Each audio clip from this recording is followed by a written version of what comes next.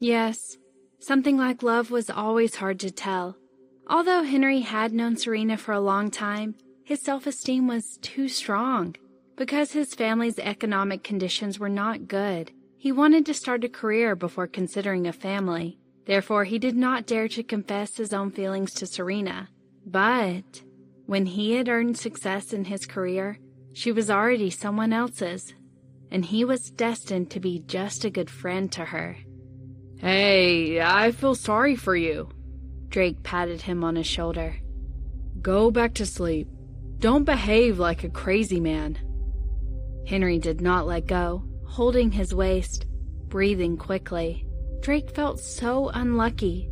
He picked him up with one hand under his arm and the other on his waist, pulling him to his bedroom. However, it was very hard for just Drake to move a tall man like Henry, a man who was strong and drunk. After dragging less than half the distance, Drake simply collapsed. Unable to drag him, he simply threw him to the ground. Gasping, Drake also sat down at his side. Damn it! Why are you so heavy? You look so thin. Drake rested for a while his hand was on his waist before he started to drag the guy again. After several minutes, he took him back to the bedroom. Drake threw him into the bed, sitting on the bed and panting like a dog. After a break, he went around to help him take off his shoes and socks. After that, he found out that Henry's body was covered with sweat. Drake felt speechless. He found the remote control and turned on the air conditioner, adjusted the temperature to 75 degrees, dropped the remote, closed the door, and left. Having been busy all day, Drake felt exhausted, taking care of the mess after a whole day of work. He picked up the pieces of the glass and put together the broken phone. When he tried to turn it on, he found the phone was completely useless. Taking the SIM card out, he put it aside.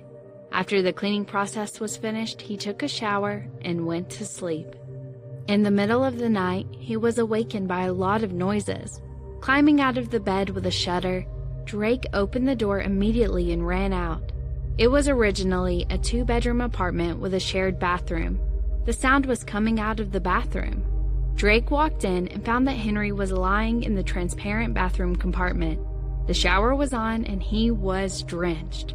His wrinkled suit was wet and it did not look too good.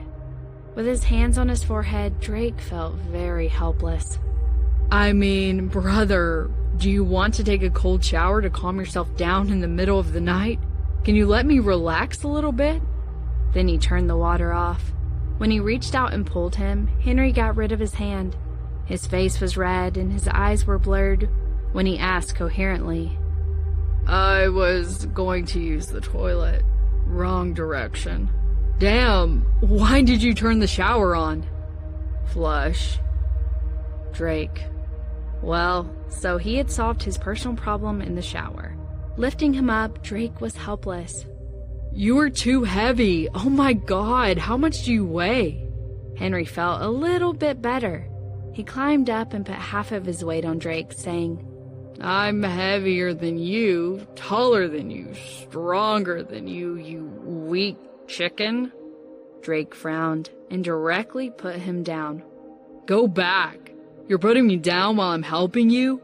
Why don't you go live on the moon? Henry laughed, reached out and grabbed Drake's pants. Drake was wearing a pair of pajama pants which had elastic bands. When they were pulled, the pants fell down. What are you doing, hooligan? Drake grew angry, slammed his hand, and quickly pulled his pants back up. Do you know who I am? Drake, Henry said honestly. His cheeks were red and his eyes were blurred. No, I'm your friend, Drake, Drake said madly and pulled him up. Go back to your bedroom. Henry got up and followed him, unbuttoning his jacket. However, he did not manage to unbutton a single one after a long while. Stumbling, he was zigzagging. Drake opened the door of his bedroom. Because Henry was lowering his head, he actually hit the door with a very loud bang. Drake had a headache. Turning his head, he saw Henry holding his face and smiling like an idiot. Henry turned around and pulled his hand down. Then he saw Henry's hand, mouth, and nose were all covered in blood. What the heck? You hit yourself so badly?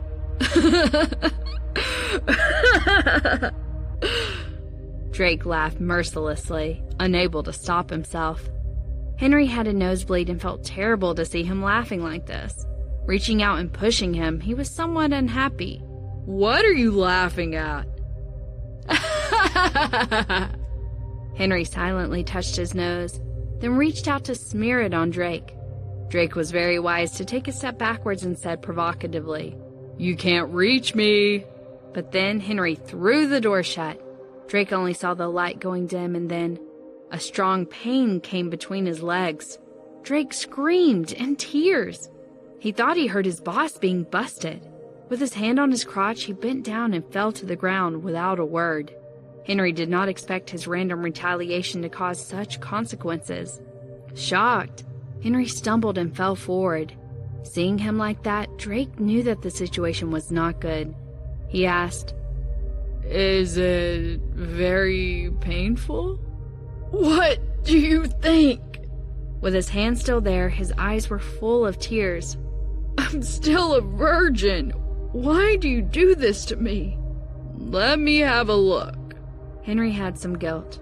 When he spoke, he reached out to take off Drake's pants. Drake looked scared and would not let go, shaking his head desperately. Although Henry was drunk, there was still some consciousness left, and his strength was not reduced either. Removing his hand, Henry directly pulled his pants down. Drake felt like he was struck by a lightning bolt. Climbing up immediately, he tried to run out. Henry looked confused, but without seeing anything, how could he let the guy run away? Reaching out his long arm, he dragged the guy's ankle. Drake wailed, No, Henry, if you can't get Serena, don't come to me. I'm not gay. Henry was mortified, pulling him hard. Drake directly hit the floor. Then Henry opened the door wide. With the light from outside, he widened his eyes and looked at the place where Drake had just been hit.